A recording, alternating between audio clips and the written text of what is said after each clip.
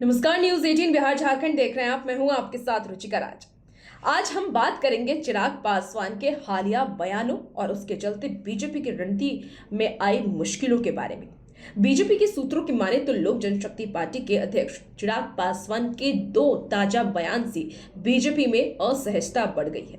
पहले बयान जिसमें चिराग पासवान ने सुप्रीम कोर्ट के SC/ST कोटा के अंदर कोटा पर दिए फैसले को बड़ी बेंच में चैलेंज करने की बात कही।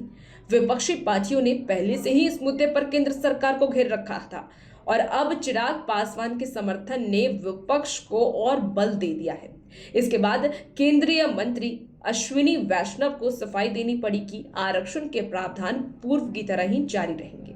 दूसरा बयान जो सामने आया चिराग पासवान का वो ये कि चिराग ने केंद्र सरकार की मंत्रालयों में लेटरल एंट्री के तहत नियुक्तियों का विरोध किया, यह कहते हुए कि इससे SC/ST और OBC को आरक्षण से वंचित किया जा रहा है।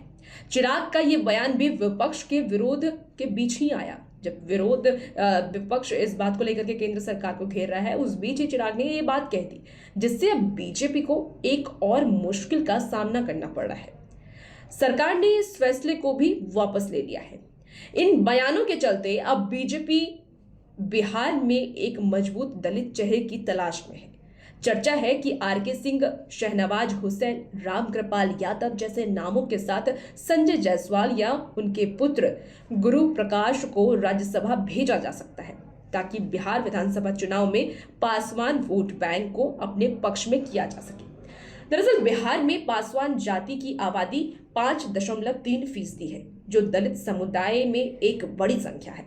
इस वोट बैंक पर सालों से रामविलास पासवान का प्रभाव रहा और अब उनके बेटे चिराग पासवान इसे बनाए रखने की कोशिश कर रहे हैं। इसलिए बीजेपी किसी ऐसे दलित नेता की तलाश में है जो चिराग के प्रभाव को चुनौती दे सके, और इसीलिए अब वो अलग अलग चेहरे को तलाश रही है ताकि चिराग का विकल्प ढूंढा जा सके, क्योंकि चिराग जिस तरीके के विरोध के सुर अब निकाल रहे हैं उससे कहीं ना कहीं अब बीजेपी असहज महसूस कर रही है। हालांकि एक वक्त था जब चिराग पासवान बीजेपी का गुणगान करते ही नहीं थकते थे।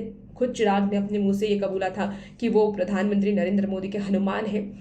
हालांकि अब तक वो उनके साथ हैं, फिलहाल वो मंत्री भी हैं, लेकिन उनके इन दो बयान से बीजेपी कहीं ना कहीं चिराग को लेकर असमंजस में है। अब देखने वाली बात होगी कि आने वाले वक्त में विधानसभा चुनाव से पहले क्या बीजेपी कोई फिर से चिराग का विकल्प तलाशती है, क्या चिराग के अलावा या उनके प्रतिद्वंदी कोई ऐसा नेता खड़ा करती है बीजेपी। ये तो आने वाला वक्त ही बताएगा। और भी ऐसी वीडियो के लिए आप बने रहिए न्यूज़ 18 बिहार झारखंड के साथ।